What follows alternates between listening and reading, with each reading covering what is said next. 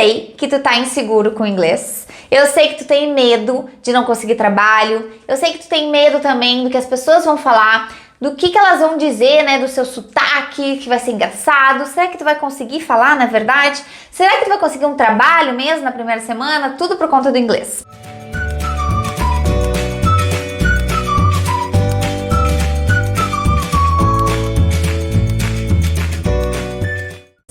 E eu sei desse medo porque esse era o meu medo. Eu sou uma pessoa que eu tive que aprender inglês mais tarde, né, na vida. Eu nunca tive inglês e aí eu quero compartilhar contigo as minhas experiências com relação ao inglês para que tu também entenda que sim, é possível. Se eu conseguir aprender inglês, e olha, gente, eu não tinha inglês, não tinha mesmo. Se eu conseguir aprender inglês, tu também consegue. É claro que tu vai precisar se empenhar bastante, tu vai precisar talvez sim de um professor particular ou de uma escola de inglês, tu vai precisar estudar muito, mas é possível e eu quero te mostrar que é possível. Tudo que eu mostrar pra ti aqui são coisas que eu fiz, tá? Que realmente eu fiz enquanto eu tava aprendendo inglês. Vamos lá, deixa eu te contar a minha relação com o inglês, tá? Lá no Brasil, eu não precisava estudar inglês, porque eu não tive inglês no colégio. Então eu fiquei todas as aulas aí do primeiro, segundo, terceiro, quarto, quinto ano até o oitavo ano sem precisar falar inglês. E eu sei que tem algumas pessoas aqui que provavelmente tiveram inglês desde pequeno, que é ótimo, mas não foi o meu caso. Ou seja, a minha relação com o inglês sempre foi assim bem ruim, porque além disso eu também não tinha muita facilidade com o inglês. Então podia ter uma música tocando, podia ter um filme, eu assim, né, não entendia nada mesmo, né, nem um pouquinho, nada, zero, tá? Só pra vocês entenderem o nível que eu estava com o inglês. No primeiro ano do colégio, eu mudei para uma escola particular lá em Porto Alegre. E aí existia uma matéria obrigatória que era inglês. Foi, na verdade, a minha primeira relação com o inglês de verdade, certo? E pra te contar, eu não sei nem como que eu passei naquele ano, porque era muita decoreba do que na verdade entender inglês. E no Brasil a gente sabe, a gente acaba não praticando essas matérias de colégio, a gente fala um pouquinho aqui na aula, ali aqui, mas assim, na verdade a gente não usa na nossa vida. Então foi uma coisa que eu aprendi aquele ano e deu, esqueci. Eu saí desse colégio depois, fui para uma outra escola que não tinha mais inglês, ou seja, o inglês para mim ele nunca foi algo na minha vida que eu precisasse usar. Ou seja, eu não tinha motivação nenhuma para aprender inglês, certo? Só para te dar um contexto. Pois então, começou a história de vir para a Austrália e é claro que eu comecei a pensar, bom, eu vou precisar aprender inglês, né? Agora eu tenho uma motivação muito forte, eu tenho um porquê de estar fazendo isso. Quando eu comecei a estudar inglês, ali um ano antes da minha viagem para a Austrália, eu tava muito crua, muito crua mesmo, de não saber nada, sabe? Eu não sabia nem as cores, eu não sabia, eu realmente tava crua. E aí eu comecei a fazer o quê? Eu comecei a estudar por mim. Eu comecei a procurar vídeos no YouTube, comecei a falar com certos amigos que começaram a indicar alguns exercícios, alguns sites e podcasts, isso e aquilo. Tudo por mim. Foi então que eu resolvi entrar numa escola de inglês lá em Porto Alegre. Eu entrei na escola, me matriculei na escola, porque eu pensei, bom, preciso, na verdade, ter uma aula aí profunda, né? Porque tá bravo o negócio, se eu for do jeito que eu tô, vai ser ruim. Já tinha pensado, né? Eu já tinha noção da minha realidade.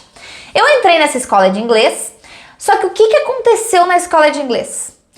Tinha lá mais ou menos umas 10 pessoas, tá? Que eram da minha sala. Com o passar dos dias, a professora pergunta, você participa, a professora pergunta, você participa. Como eu era muito crua e eu realmente não tinha inglês, era muito básico o meu inglês, eu não dava nem tempo de eu levantar a mão na sala de aula, né? Sempre tinha alguém que sabe mais, sempre tem alguém que vai responder. E aquilo começou a me gerar o quê? Medo. Medo de levantar a mão e responder, medo de o que as pessoas vão pensar, medo do que elas vão falar do meu sotaque. E eu comecei a ficar cada vez mais reprimida. Então, mesmo estando numa escola de inglês, mesmo estando com ali 10 pessoas querendo aprender inglês, aquilo ali pra mim não tava funcionando, né? Eu comecei a ver que eu não tava fazendo os exercícios, eu tava tendo muita dificuldade. Mesmo com dificuldade, eu tava com vergonha de perguntar. E aí eu resolvi abandonar o curso. Abandonei, continuei estudando em casa. Foi então que eu comecei a pensar o seguinte, né? Comecei a estudar e aí aos poucos eu ia evoluindo. E aí eu encontrei uma pessoa para fazer uma aula particular. Eu pensei, vou tentar, né? Porque eu sempre acho que a gente tem que tentar, né? Mesmo que a gente não saiba como vai ser, a gente precisa tentar. Então eu pensei, vou tentar, né? Fui lá e fiz uma aula com uma alemã que falava inglês, tá? Ela morava em Porto Alegre, é uma alemã que era professora de inglês. Foi, assim, uma incrível. Foi muito bom. Por quê? Ela é alemã, ou seja, ela não nasceu em um lugar onde só falam inglês, ela realmente só falava alemão e ela falava depois que ela começou a desenvolver o inglês, então ela conseguia entender e se colocar na minha posição também de estar aprendendo uma língua pela primeira vez. E ela conseguiu pegar todos os meus problemas, ela conseguia ver, porque quando você faz uma aula particular é muito melhor, porque a pessoa consegue focar só em você, né? E você também não tem tanta vergonha, né, de ficar falando ali, falando errado, porque é só você e ela e essa pessoa. Então, a minha relação com o inglês, só pra te dar um contexto, foi essa. Eu vim do zero, do absolutamente zero, fui tentando de todas as maneiras, até eu fazer uma particular e fazer a viagem pra Austrália. Quando eu cheguei no aeroporto, eu achei que eu já tava manjando tudo, né? Mas na verdade, eu não sabia nada. Porque uma coisa é você aprender inglês no teórico, tá? Você realmente consegue fazer os exercícios, você já começa a entender a sequência que o professor te pede e tudo mais. Quando te jogam, né? Parece que te pegam assim e te jogam no meio do problema, né? No meio de todo mundo, você tem que falar inglês. Foi um pânico. Porque eu cheguei no aeroporto, eu não conseguia perguntar onde é que era o banheiro. Quando eu digo que eu não conseguia perguntar com o meu banheiro, é o seguinte: eu conseguia falar toilet, mas eu não conseguia falar toda a palavra direitinho, bonita, educadamente pra perguntar onde é que é o banheiro. Eu só falava toilet. Então, no início, foi muito difícil, até mesmo quando eu cheguei no aeroporto. Todo o processo do aeroporto, ali no embarque, claro, foi no Brasil, foi tudo certinho, mas a gente entrando no avião, já tem pessoas que falam inglês, então até para você pedir com licença é difícil. Pra mim, isso tudo foi barreira muito grande. Eu lembro até de uma situação que a aeromoça tava passando, que é na hora da janta, com o seu carrinho, e aí ela vai perguntando pra cada pessoa, né, se a pessoa queria chicken or beef. Se ela queria uma comida, né, que era galinha lá com alguma coisa, e o bife, né. Eu fiquei em pânico quando ela falou comigo, porque quando a gente tá no pânico, o que a gente faz? A gente diz não. Porque é melhor dizer não do que dizer sim, certo? Então, quando ela falou comigo, eu entendi um sussurro, né? Porque eu não entendi nada. E eu falei, não. E eu já disse não. Pensei, bom, vou falar que não, que é melhor que... Sempre é melhor dizer que não, né? Imagina se você falar sim, é uma coisa pior, né? E aí ela continuou andando, passando para a próxima cadeira. Quando eu percebi que eu tava dizendo não, na verdade que eu não queria janta, porque provavelmente ela entendeu isso, não quero comer, eu já chamei ela, mas eu chamei daquele jeito, né?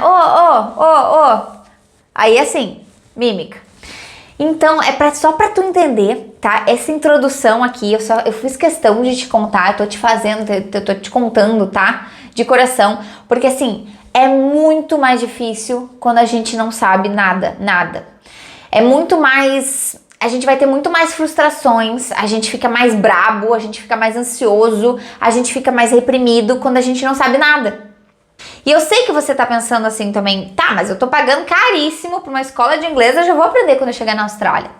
Beleza, só que pensa em todas as outras coisas que acontecem fora dessa escola, né? Até você chegar na escola, você aprender, tudo isso tem um processo e esse processo não é muito rápido.